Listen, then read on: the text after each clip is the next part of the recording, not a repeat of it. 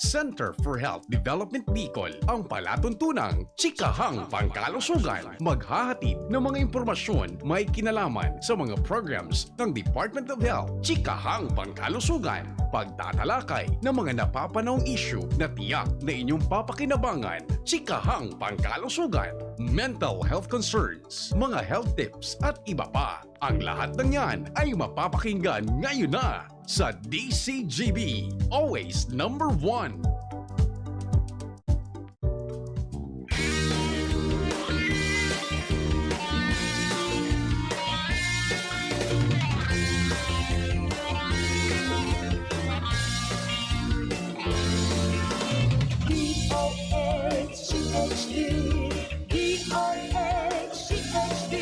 Servisyo sa Ludicolo.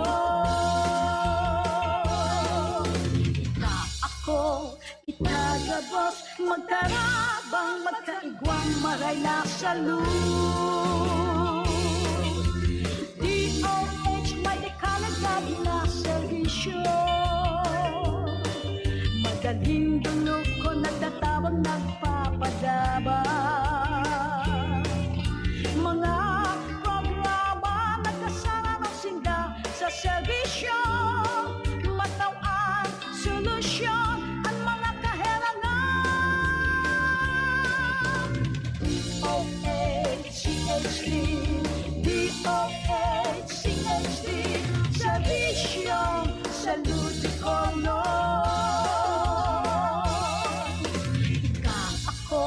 Kitagabos, magtarabang, magkaigwang, maray na salud. Buon sa inanan, ipangaki sa kod na kita magdakula. Immunization, vaccination, sa tuig tinaon. Mag-ibong maagi, maiwasan ambisyon. Regular na check-up at kaibuhan. DOH-CHD, DOH-CHD, serbisyo sa Ludicolo.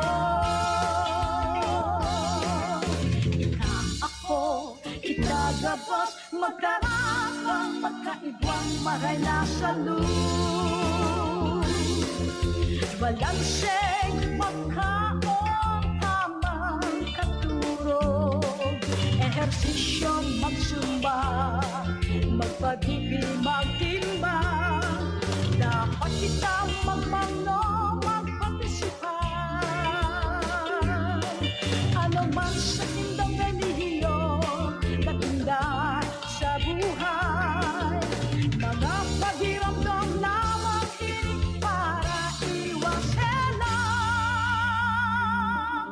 Kita magkarabangan sa programa ka, Department of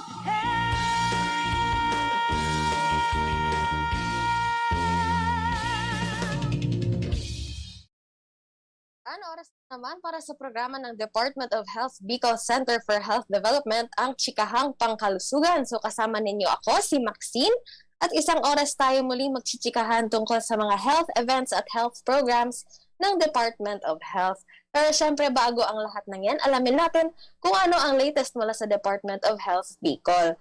So November 30 na po ngayon, holiday po para sa atin, para sa iba nating mga kasamahan na nagtatrabaho. Kaya naman, dahil November 30 ngayon at patapos na po ang buwan ng November, balikan natin ang mga naging health events ngayong buwan. So, atin nga pong inobserbahan ang Lung Cancer Awareness Month.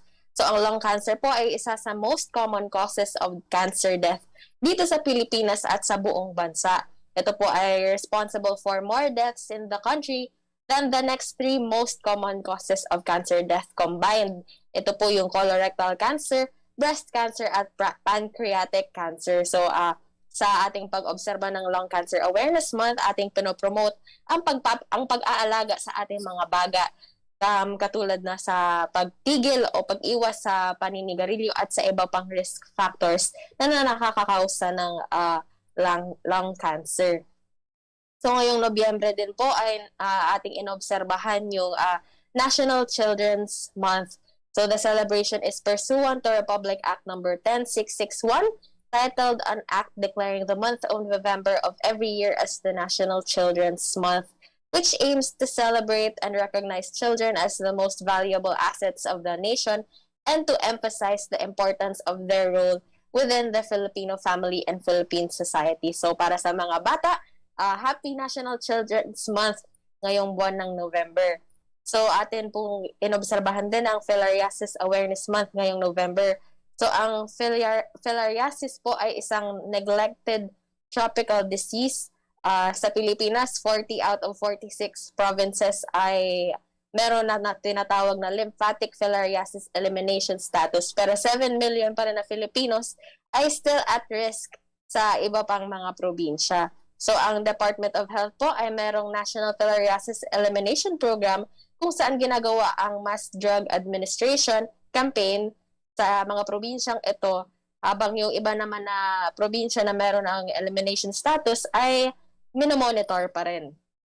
So ang Nobyembre din po ay naging Traditional and Alternative Healthcare Month.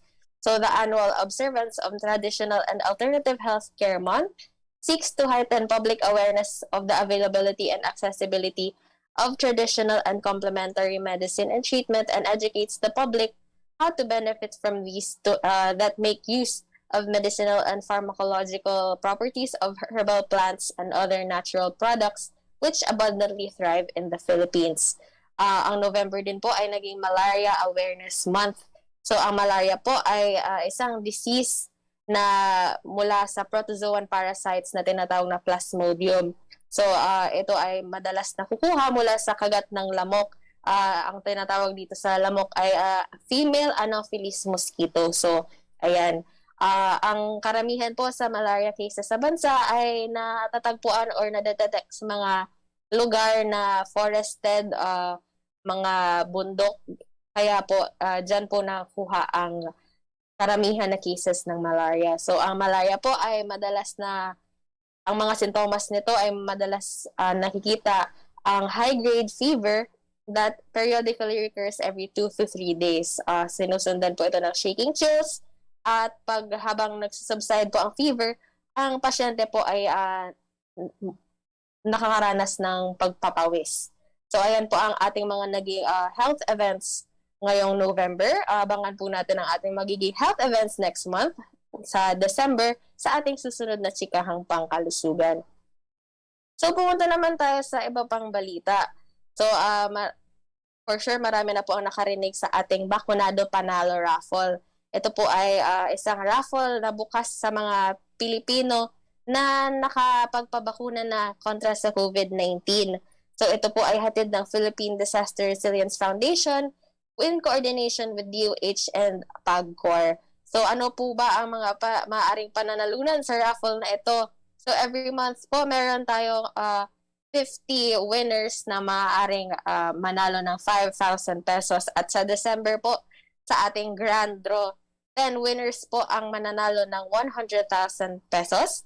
Ang isa naman ay mananalo ng 500,000 at ang isa naman ay mananalo ng grand prize na 1 million. So, kakasabi ko nga lang po kanina na ang maaaring sumali po ay ang mga Pilipino na nabakunahan na 18 years old and above who have received at least 1 dose of COVID-19 vaccines from March 1 to December 15, 2021. So kung kayo po ay nagpabakuna sa gitna ng period na yun, maaari po kayo sumali sa raffle. So para sumali po sa raffle, i-text lamang po ang Res Bakuna Reg space name /age/address to 8933. Magre-reply po sa inyo ang isang text bot kung saan kailangan natin sundin yung instructions para makasali sa raffle na ito. So para sa iba pang impormasyon, ang mechanics po ng raffle na ito ay nakapost po sa DOH Bicol CHD Facebook page. So since ang mga kasali dito ay mga nabakunahan from March 1 to 2021 to December 15, 2021, maaari pa rin po kayong magpabakuna ngayon, lalong-lalo na ngayong nagsimula kahapon na November 29 hanggang bukas December 1 ang National Vaccination Days. So lahat po ng ating mga vaccination site ay nagbabakuna po para sa COVID-19. Kaya pumunta na po, mag-register na po sa inyong LGU at pumunta sa mga vaccination sites para makatanggap ng bakuna laban sa COVID-19. So para naman sa iba pang mga paalala, meron po tayong One Hospital Command System para sa mga kababayan natin na nakakaranas ng malalang sintomas ng COVID-19. Ang mga malalang sintomas po, ito po yung hirap sa paghinga o paninikip ng dibdib. So, para sa mga kababayan na natin na nakakaranas nito, maaari po natin i-contact ang ating One Hospital Command System sa number na 0916-234-9063. Ulitin ko po, 0916-234-9063. Meron din po silang landline na maaabot sa 204-0040 local 508.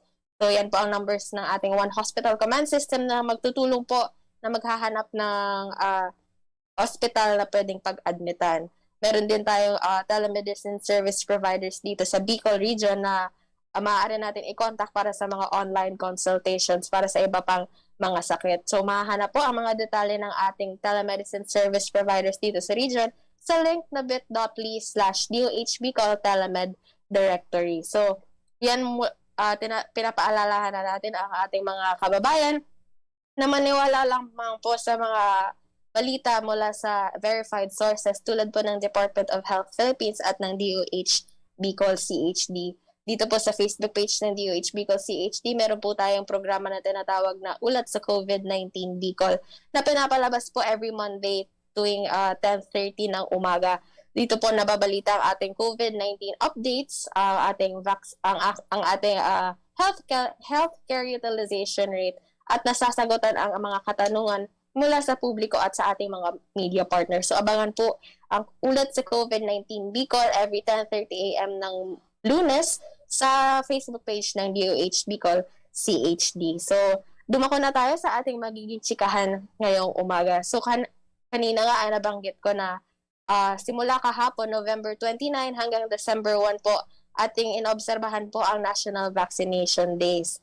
So, sa loob nitong 3 araw po, ang ating bansa po ay nagta-target na mabakunahan ang mahigit 9 million na Filipinos para po maprotektahan tayong lahat laban sa COVID-19 at ma-achieve ang herd immunity. Kaya para sa ating susunod na mapapanood o mapapakinggan, malalaman natin kung ano ba ang COVID-19 at ang mga madalas na mga katanungan tungkol sa COVID-19 vaccine. So, sir, please play the video po.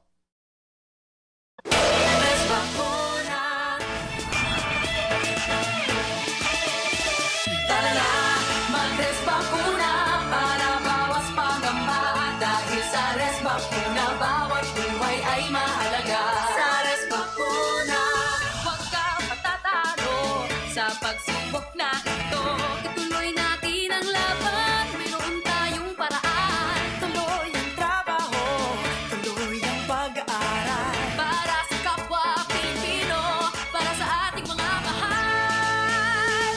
Tara na, mag-res bakuna para bawas pangamba. Dahil sa res bakuna, bawat buhay ay mahalaga.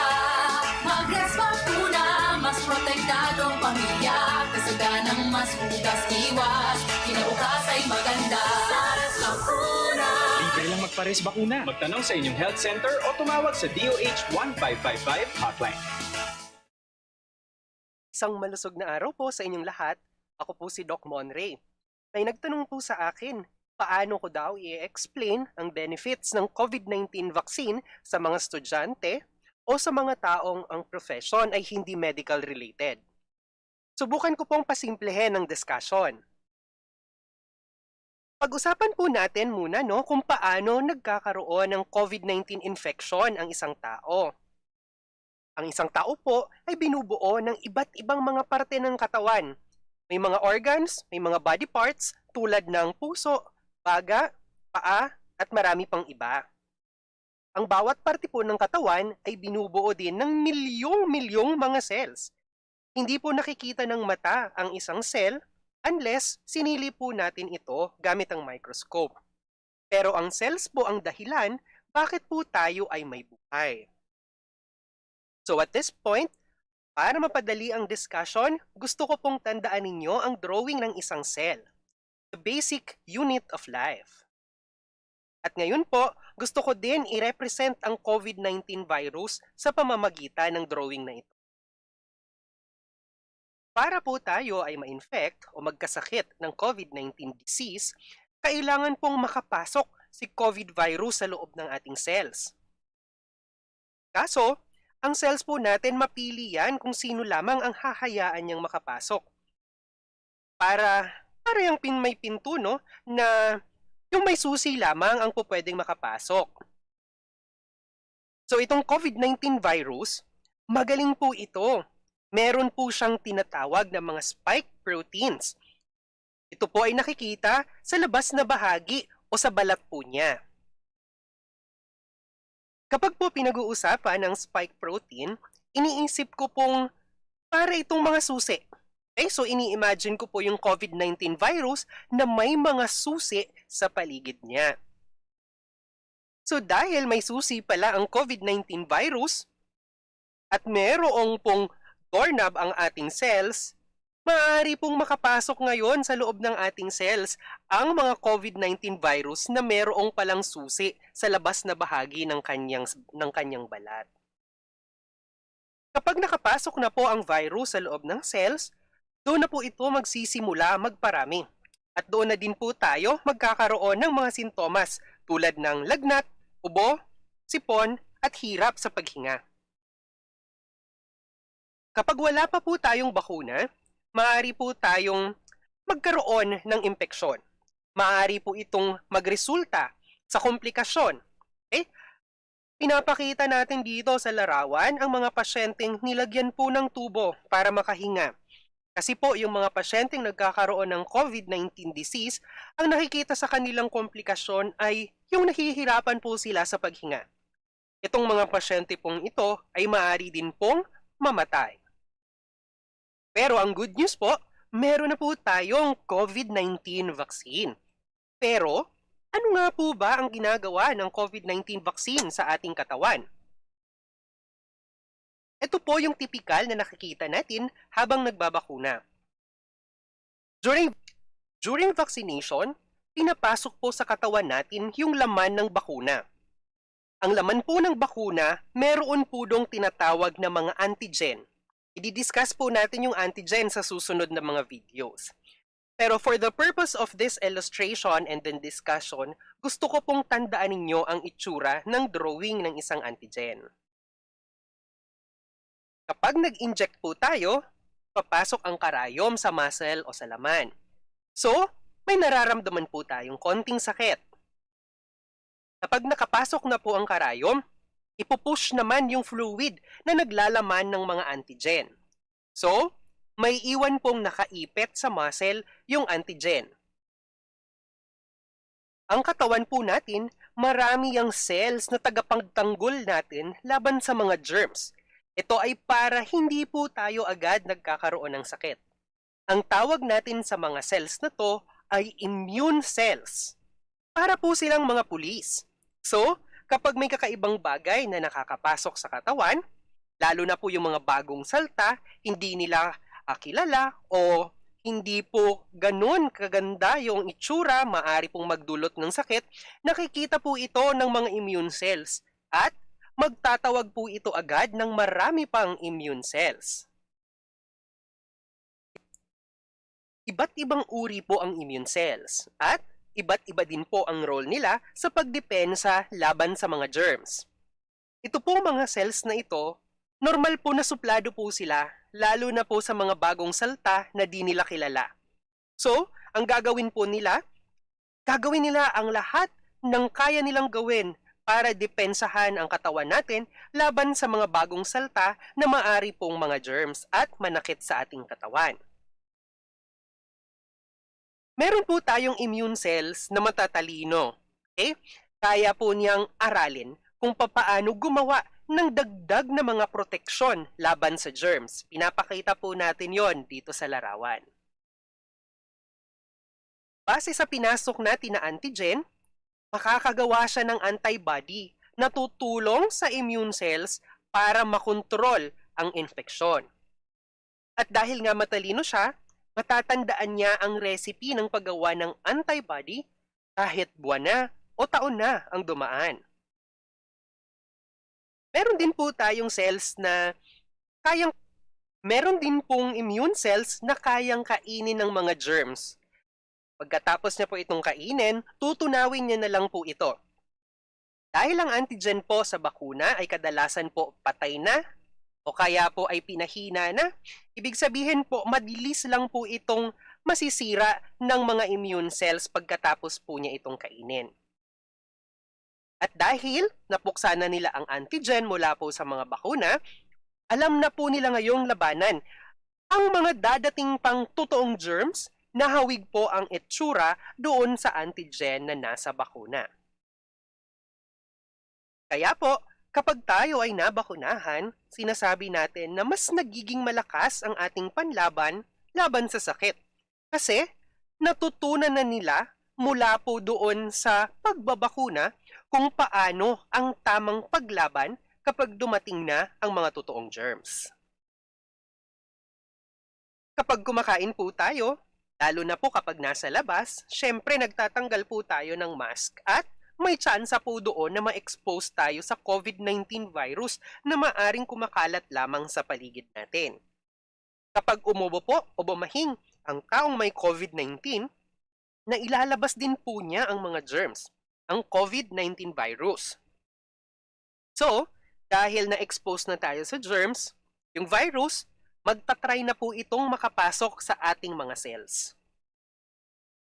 At kahit nakalock ang pinto ng ating mga cells at mapili po ito sa kung sino man lamang ang papapasukin niya, pero dahil may susi na spike proteins ang COVID virus, maaari itong makapasok sa cells. Pero syempre, hindi ito hahayaan ng ating mga immune cells na laging nakabantay at nakahandang ipagtanggol ang ating katawan sa mga germs. Tatawagin agad nila ang iba't ibang mga immune cells, kasama na po doon yung matalinong immune cell. At dahil hawig ang itsura ng antigen, at dahil hawig ang itsura ng antigen sa bakuna at itong totoong germs, makikilala agad ito ng matalinong immune cells. Sasabihin niya, ilala ko nito dati, nagkita na kami nito dati. Alam ko na kung papaano ito labanan. At gagawa na ito ulit ng madaming antibody. Ang antibody po na magiging dagdag na panlaban ng katawan sa germs. Yung nagawang antibody, ang gagawin po nito ay didikit sa mga spike proteins ng COVID-19 virus. Tatakpan niya yung mga spike proteins, tulad po ng nandito sa drawing. At dahil may takip na ang lahat ng susi, hindi na ito magagamit para susian yung doorknob ng cells. Kaya, hindi na po nakakapasok ang virus sa loob ng cells at madali na po itong makikita ng ibang immune cells para sirain. Kapag walang bakuna, maaaring severe COVID-19 disease ang maranasan ng tao. May hirap sa paghinga, maaari pong tubuhan at maaaring mamatay. Pero kapag po may bakuna, mild disease na lang ang nararamdaman. Mabilis po ito usually mag-recover. Kaya pag tayo po ay nabakunahan, sinasabi po natin na nagiging mas malakas ang panlaban ng ating katawan sa mga sakit. Kasi natututunan po ng ating mga immune cells ang mga tamang panlaban o dagdag na panlaban laban po dito sa mga germs. Maraming salamat po sa inyong pakikinig. Sana po ay may natutunan kayong bagong kaalaman tungkol sa COVID-19 vaccine. Para po sa ibang mga videos, maaari din po kayong manood sa NIP Bicol sa YouTube. Maraming salamat po. Narito ng pag-asa. Isa-isa na tayong nabibigyan ng panlaban sa pandemya. At sa patuloy na pagmask, hugas, at iwas, nakakabalik na tayo sa mga namimiss natin. para makasama na muli ang pamilya. Bago naman ang makita at mabawasan ang pangamba. Alamin sa LGU kung paano mapapakunahan. Ingat-angat. Bakuna lahat. Nagpares bakuna ako para may dagdag protection mula sa COVID-19. Lalo na ngayon, dapat umiwas sa malubhang kaso nito. At dahil kailangan kumayod para sa pamilya, dapat bawas pangamba saan man pupunta. Kasama ng mask, hugas at iwas, mas protektado tayo pag may res bakuna. Napatunayang ligtas at mabisa ang res bakuna. Kaya buong pamilya ko, naka 2 doses na. Libre lang to. Pumunta sa inyong health center o tumawag sa DOH 1555 hotline. Dahil bakunado ka, aba panalo yan! Sali na sa Bakunado Panalo Raffle.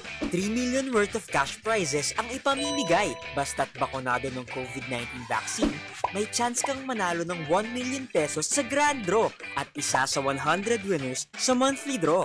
How to join Bakunado Panalo? Step 1.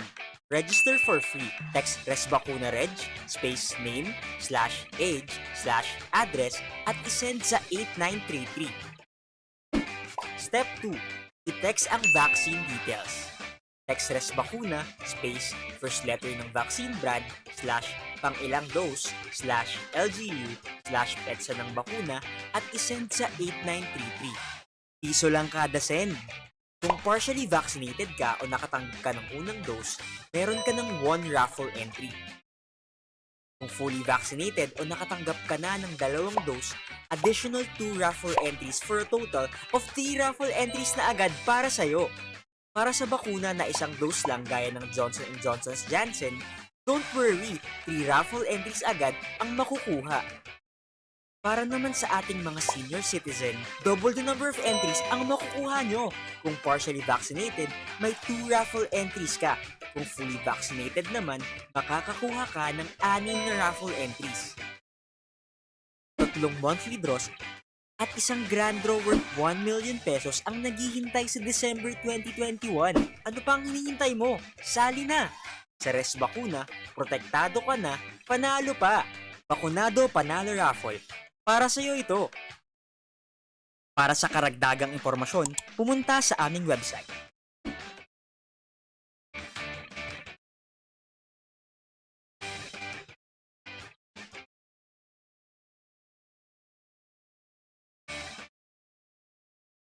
Dahil bakunado na kami, wala na kami pangambang makipagkamustahan. Hindi na kami mag-aalalang lumabas ng bahay. Dahil bakunado na kami magkakaibigan, mas enjoy na tuwing magkikita-kita. Salamat sa bakuna, palatag na ako makapagsisimba. Wala na ding takot tuwing bonding time ng buong pamilya. Res bakuna na para pwede na ulit ang buhay na masaya at walang pangamba. Libre lang magpabakuna. Magtanong kayo sa inyong health center o sa lokal na pamahalaan. Ako si Dr. Chito Abilino, ang DOH, Bicol Center for Health Development. 63 years old, taga-Daraga, bakunado. Bakunado po ako kung Sinovac. Ako po nagpapasalamat sa satuyang gobyerno na tatawaan kita ng proteksyon laban sa COVID-19. Ako, kaibanan pa sa kuyang pamilya, protektado na po dahil po kami gabos bakunado sa Sinovac. So magluwas na po kamo, magpabakuna man. Tangali, gabos po kita, protektado. Isang bakunadong hapon, malusog na hapon po sa lahat. Okay, so ngayon po ako po ay magtatalakay ng mga detalye po natin patungkol sa ating gagawin pong bayanihan, bakunahan. So if you may please allow me po to share my slide.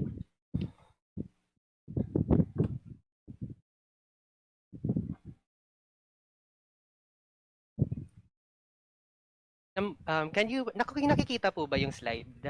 Okay, very good. So, ang Bicol region po ay kasabay po ng ating response dito po sa COVID-19 pandemic at para nga po magkaroon tayo ng tinatawag po na herd immunity kung saan ang halos lahat ng mga tao sa ating komunidad ay may proteksyon na o antibody laban sa COVID-19, ang target po natin na bakunahan ngayong taon ay umaabot po sa 4,335,047 po. Sa simula po nung nagsimula tayo ng bakunahan ay nakapagbakuna na po tayo at meron pa tayong naiiwan na kabuang 2,481,195 na unvaccinated po na mga Bicolano at Bicolana. Okay? So, tinataya po natin, ayon sa mga datos na nakukuha po ng Department of Health, nakakapaggawa po tayo ng... excuse me? Klaro.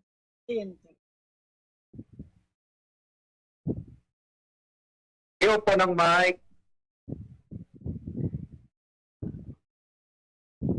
Baka pwede po natin i-mute ang ating mga sarili para makaparinig po tayo ng maayos na sa ating resource speaker. Yun po. Salamat. Okay. I'll continue po, no? So, ngayon po, to date, meron po tayong mga naiiwan pa na nasa 2,481,195 na unvaccinated po ng mga Bicolano at Bicolana. So, ngayon po, sa pagtatala po ng Department of Health, nakakapagbakuna po sa isang araw, buong Bicol po, nasa 38,885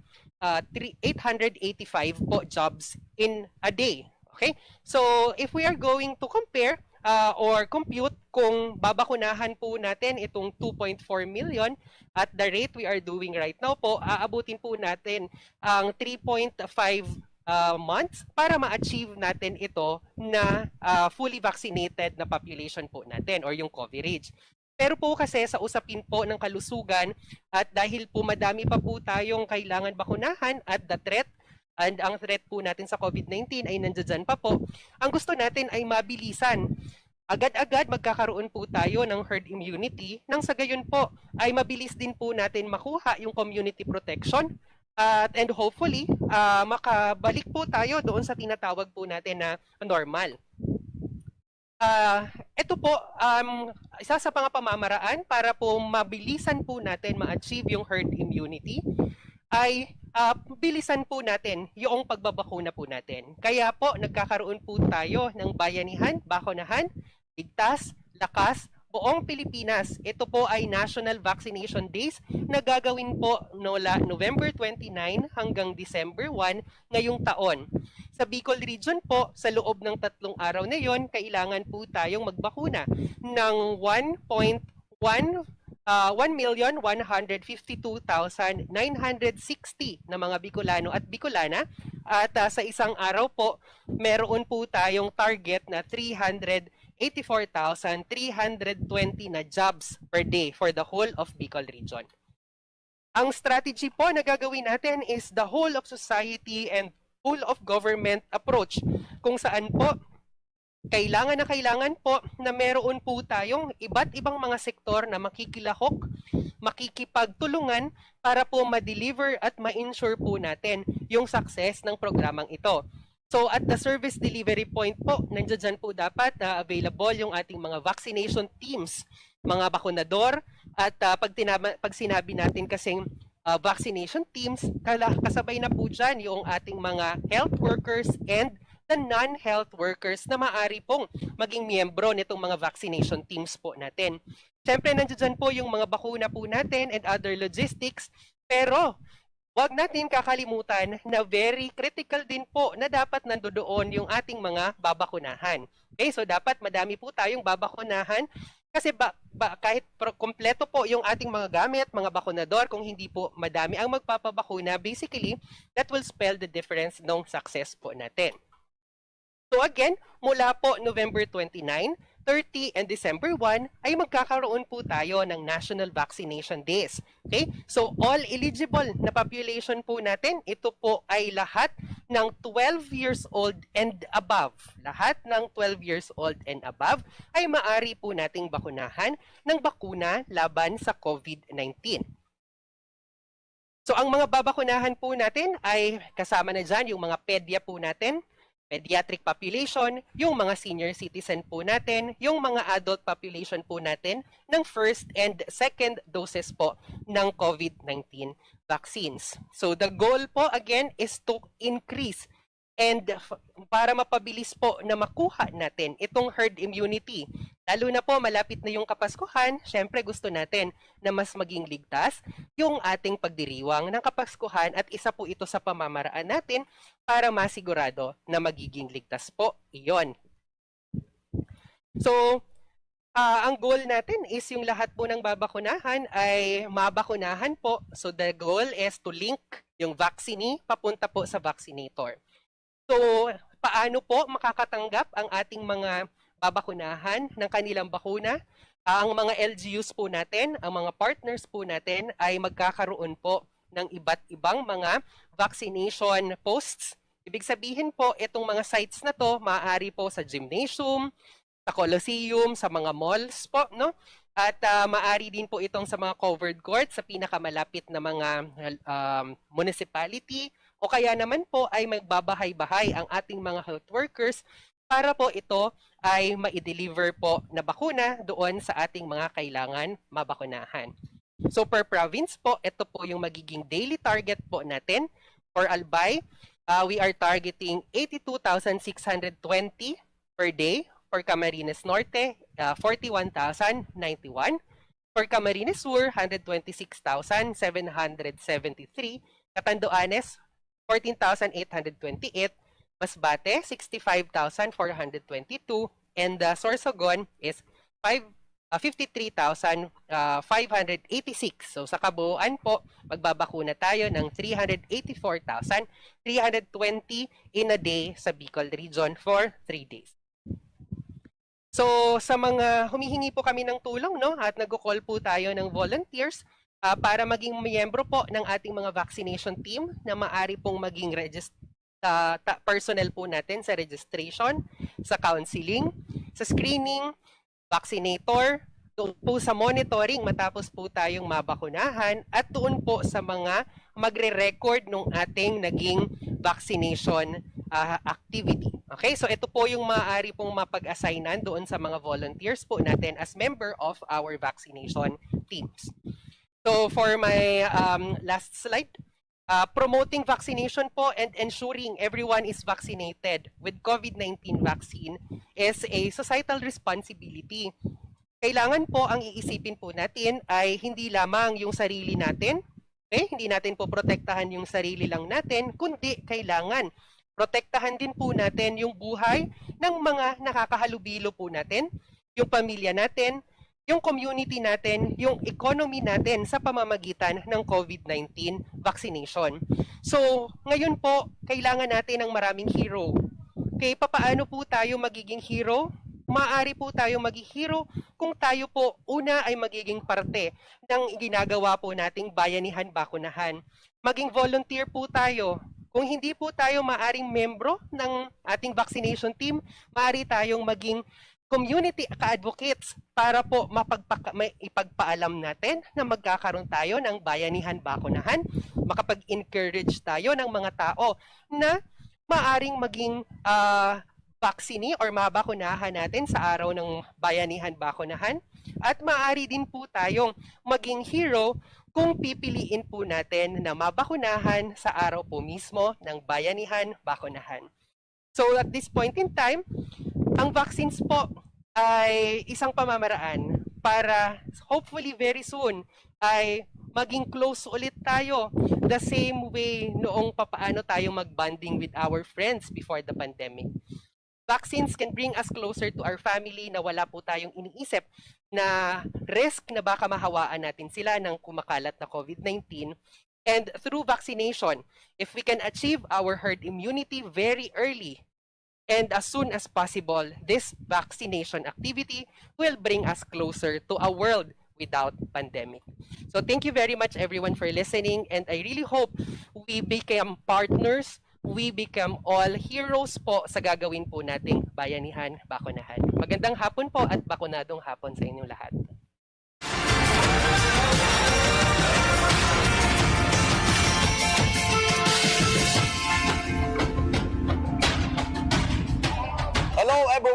ini po si Mayor Noel Rosal, kang siyudad kang Legazpi. Sa Giraray Tabi, iniinganyo ko ang gabos. Mari na tabi magpabakuna. Ang sa Indong Lingkod po, binakunahan kay Sinovac. Almost 6 months na po ang nakahagi. Mali po nindo, any vaccine is better than none. Kaya ako po, Giraray, bako lang bilang alkalde, bilang kababayan nindo, na importante yun po na magpabakuna for our own safety and the safety of our family. Kaya po, any vaccine, ang Sinovac po, dakulang bagay na proteksyon para sa gabos. Salamat! Keep safe everyone! Mabuhay! God bless!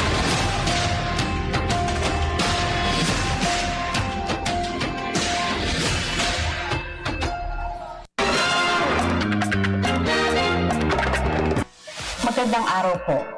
Ako si Mayor Crisel Agman ng Lungsod ng Tabaco at bakunado ng Sinovac. Alam nating lahat na ang COVID-19 ay nagsimula sa China. Ang Sinovac vaccine ay gawa sa China. Kaya naniniwala ako sa bisa at galing ng Sinovac sa pagsugpo sa COVID-19 na labis na nakaapekto sa China at sa buong mundo. Bilang mayor, exposed ako sa maraming tao at marami rin ang exposed sa akin. Kaya ako'y nagpabakuna hindi lang para sa aking proteksyon, kundi sa proteksyon ng mga nakakasama ko araw-araw. Ang aking pamilya, ang mga katrabaho at mga constituents ko sa Tabaco. Alam ko na sabik na tayong makabalik sa normal na buhay. Marami ng bansa ang nag-new normal na. Kaya rin natin marating.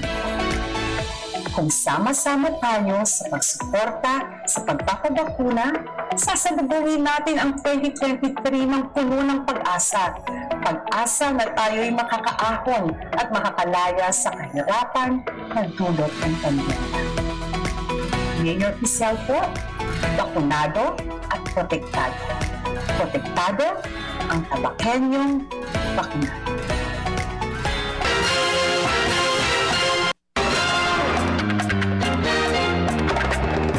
Si Baby Jane A. Somaya.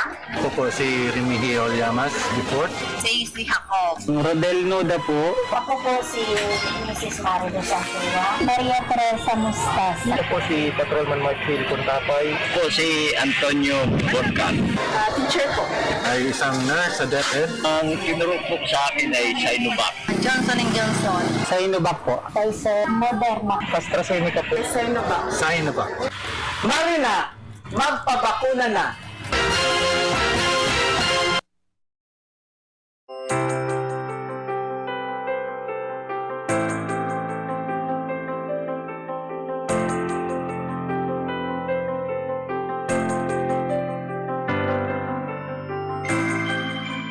So pagkagising ko from my birthday, nagla-lockdown na, tas nag-cancel na yung mga shoot. Naalala ko may 2 shoots ako noon na full-length na film na nakaba. Tapos kinancel pa rin. Marami rin akong mga close friends na nawala ng trabaho sa pandemic. Lalo sa film community. Kasi nga, hindi agad nag-resume yung mga shoots after nung pumutok yung pandemic. Very recently lang ako nahawaan ng COVID. May shoot kami sa Ilocos. Feeling ko yun yung worst decision of my life. Kasi pag uwi ko, nahawahan ko yung parents ko. Saka yung younger brother. Pero dahil fully vaccinated ako, parang hindi ko sobrang naranasan yung malalalang symptoms. Thankful din ako sa vaccine kasi yung 2 parents ko na malapit na mag-senior. Parang, di ba yung age nila expected na kapag tinamaan ng COVID, sila talaga yung prone sa malalalang symptoms. Pero dahil fully vaccinated na rin sila, hindi rin kinailangan na i-hospitalize sila. Ano kung hindi ako nakapagpa-fully vaccinated bago ako mahawaan ng COVID? Or paano kung yung parents ko hindi sila fully vaccinated bago ko sila mahawaan ng COVID pag uwi ko sa amin? Ano kaya nangyari sa amin? And para sa akin, yung vaccine ay protection pa rin siya kahit anong brand niya. Kahit kailan mo siya matanggap. Ever since na fully vaccinated na ako, lalo na pagdating sa work ko sa film industry, parang mas magaan na yung loob ko na kumilos. Hindi ako takot sa mga tao. Ano lang siya, nakakagaan lang ng loob. May light at the end of the tunnel pala dito sa pandemic. feeling ko this year, dahil mga fully vaccinated na kami, mas may leeway na mag-celebrate kami together. Na hindi kailangan na kami nuclear family lang. Pwede hanggang extended family. Kaya niyong maging isang buong pamilya ulit na hindi natatakot sa isa't isa. So para dun sa mga nag-hesitate, gawin natin para sa mga mahal natin sa buhay. Ako si Josiah Hiponia, 25 years old, isang production designer sa film industry, at Rumes Bakuna ako para sa kapakanan at kaligtasan ng pamilya ko at ng mga kapwa ko manggagawa sa Peru.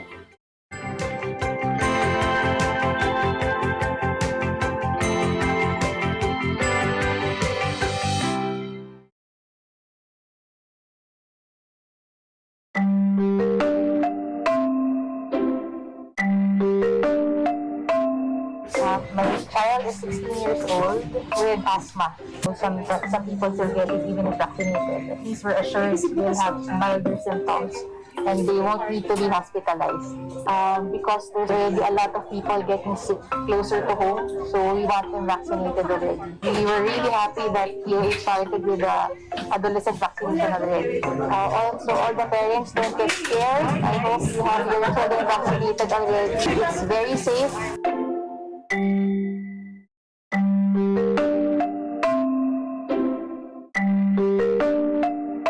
Siya, beta thalassemia ang sakit niya. 15 years old na siya. Para sa akin, parang protection niya yun para sa pandemya natin ngayon. Kasi kami mag-asawa rin, pareho na kami may first dose ng bakuna na rin. Misahe ko sa ibang magulang, pambakuna na tayo. Pagbakunahan natin yung mga anak natin, mga apo natin para protection natin yun sa pandemya ito. Yes, bakuna, kailangan natin ito. At ayan nga po ang ating naging chikahan with Dr. Monroy Isaiah Mansilla, ang ating Medical Officer 4 ng DOH Bicol CHD. Ayan, so napag-usapan nga ni Doc Monroy ang mga benepisyo ng COVID-19 vaccines at ang ating sinasagawa na National Vaccination Day. So para bigyan tayo ng mas maraming kaalaman tungkol dito sa Bayanihan Bakunahan, kasama natin si Joanna mula sa sa Communication Management Unit ng DOH Bicol CHD. Hi, Joanna! Hi, Max! Okay, so may mga frequently asked questions tayo. Kanina nabigay na ni Dr. Monroy yung ating targets for the National Vaccination Days. Pero sa mga nagtatanong, ano nga ba itong National Vaccination Days at anong mangyayari sa mga araw na ito? So para sa kaalaman ng lahat, ongoing na po ito.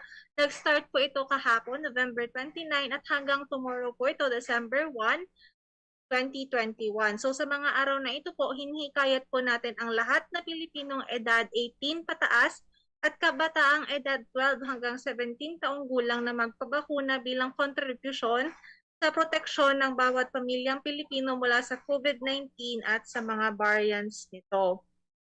Isa pa po dyan, ang layunin po ng National Vaccination Days ay magbakuna ng 15 milyong Pilipino sa 3 araw ng National Vaccination Days. Para naman po sa Bicol Region, higit 1 milyon po ang ating target for the 3 days ng National Vaccination Days at mahalagang bahagi po ito ng patuloy na pagtutulungan ng gobyerno at iba pang sektor na maprotektahan ang lahat ng Pilipino mula sa COVID-19 at mga variants nito ngayong dumarating na po ang supply ng bakuna para sa buong Pilipinas at layunin din po natin na magkaroon ng ligtas na Pasko.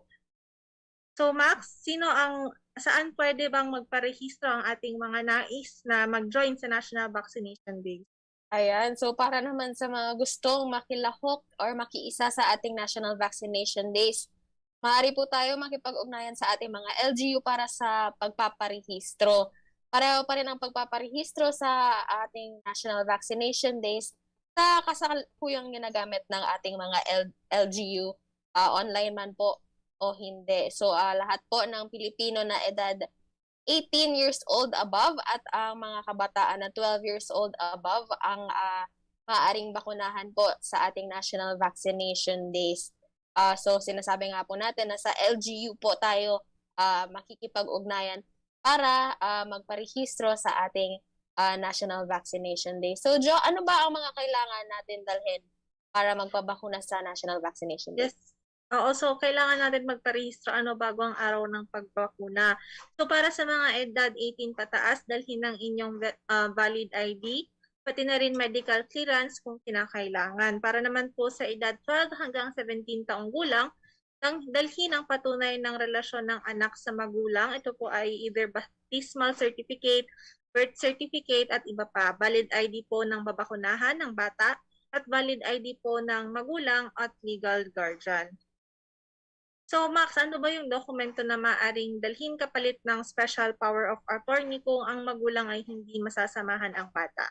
Alright, so kung hindi naman masasamahan ng mga magulang ang kanilang mga anak, dapat dalhin ng kasama ng babakunahan ang mga sumusunod. Isa po dyan ay ang nakanotaryong authorization letter mula sa ating mga magulang. Isa din po dyan ang affidavit ng magulang o guardian na may panunumpa kasama ng isang public official tulad ng notary public o otorisadong kawani tulad ng opisyal ng barangay at pagpapakita ng valid government ID. Ang pangatlo naman po ay ang barangay certification mula sa barangay captain o kaya sa barangay captain o punong barangay. So para naman po sa ating mga kasamahan na mayroong mga autoimmune disease, mga comorbid conditions, ano po ang mga karamdaman na kailangan ng medical clearance bago magpabakuna para sa mga edad 18 years old above. So, ang mga kailangan ng medical clearance bago magpabakuna ay ang mga sumusunod na karamdaman. Yun po yung may mga autoimmune disease, mga persons living with HIV, yung meron pong cancer o malignancy, yung mga sumailalim sa transplant, yung mga kasalukuyang ginagamot ng steroids at mga nakaratay na lang sa kama o may taning na dahil sa karamdaman. So kayo po kailangan po ay merong medical clearance mula sa inyong doktor. So Jo, kailangan ba ng medical certification bago mabakunahan ang mga kabataan na 12 years old hanggang 17 years old?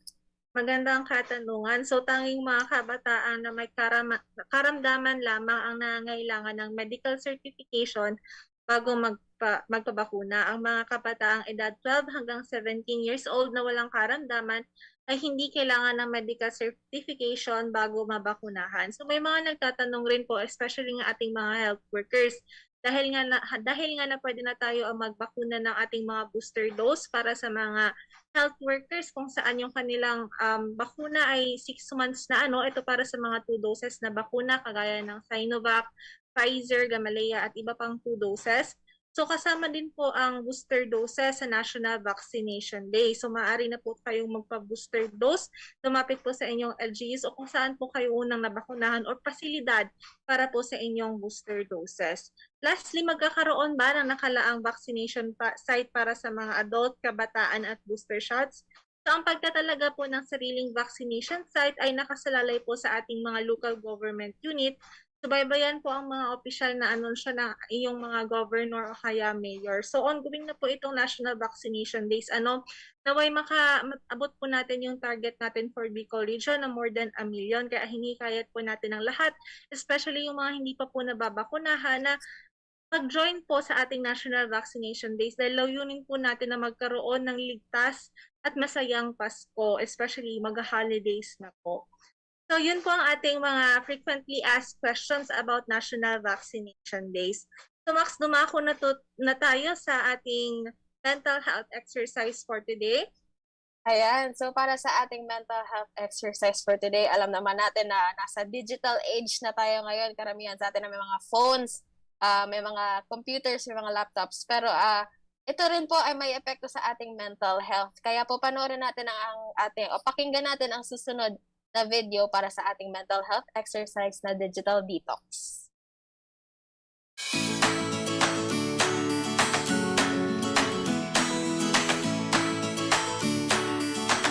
Hi everybody, ako ulit si Yoga Twin Pat and we're here to talk to you today about mental health awareness. Alam niyo ba guys na ang patuloy ng paggamit ng teknolohiya gaya ng cellphone, laptop, Facebook, TikTok, Instagram ay nakakasama sa ating mental health. Bakit? Ang patuloy ng pagkonekta ay nakaka-disrupt sa ating work-life balance. nagiging mahirap magtrabaho habang nag-Facebook, kumakain ka ng lunch habang nag-TikTok, wala ka ng panahon para sa sarili mo, para sa family, o para sa trabaho mismo. Pangalawa, mahirap maging kontento kung parati mong nakikita ang buhay ng iba. Nagiging mas madaling i-compare yung sarili mo sa iba, kung anong kinakain nila, saan sila pumupunta, at pag hindi tayo kontento sa ating sariling buhay, hindi talaga yan maganda sa ating mental health. At pangatlo, nakaka-estorbo to sa ating tulog because of the light, galing sa mga gadgets, at dahil walang pahinga yung utak natin. So let's listen to Yoga Twendan sa mga tips niya about how to do a digital detox and disconnect para sa kabubuti ng ating mental health. For a serious digital detox, tell your friends and family so that they can hold you accountable. Pat, did you hear that? Sinabi ko, today I am not going to log in to Facebook or Instagram. Sabi mo yan sabi mo yan. Kaya ko.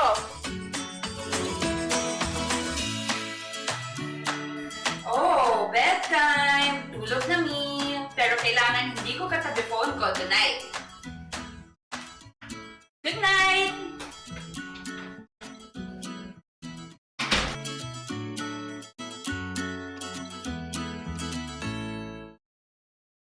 Alright, so yan ang ating mental health exercise for today, digital detox. So I think that concludes our chikahang pangkalusugan. Sa muli ako si Joanna. At ako si Maxine at maraming salamat sa tumutok sa ating chikahang pangkalusugan ngayong umaga at lagi po nating tatandaan na sundin ang ating minimum public health standards at ang ating Vida Solution Plus. Bawal walang mask, iwasan ang kulob na lugar at isanitize ang kamay, dumistansya ng 1 metro mula sa ibang tao at alamin ang tamang impormasyon tungkol sa COVID-19 at sa vaccines. Plus, suportahan ang FDA-approved na bakuna. So sa muli, maraming salamat sa tumutok sa Chikahang Pangkalusugan. Magkita-kita tayo muli sa ating susunod na chikahan. So magandang tanghali po sa lahat. Magkarabang, magkaigwang, maray na salud.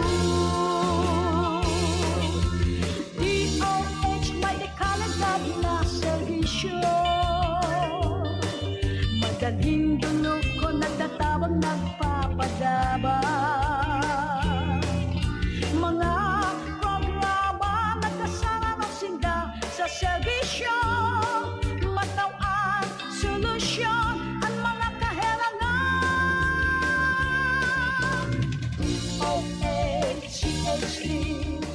Abangan ang susunod na Chikahang Pangkalusugan dito lamang sa DCGB sa susunod na Martes, alas 11 hanggang alas 12 ng tanghali. Makialam, makisama, iwasan ang sakit, palakasin ang resistensya.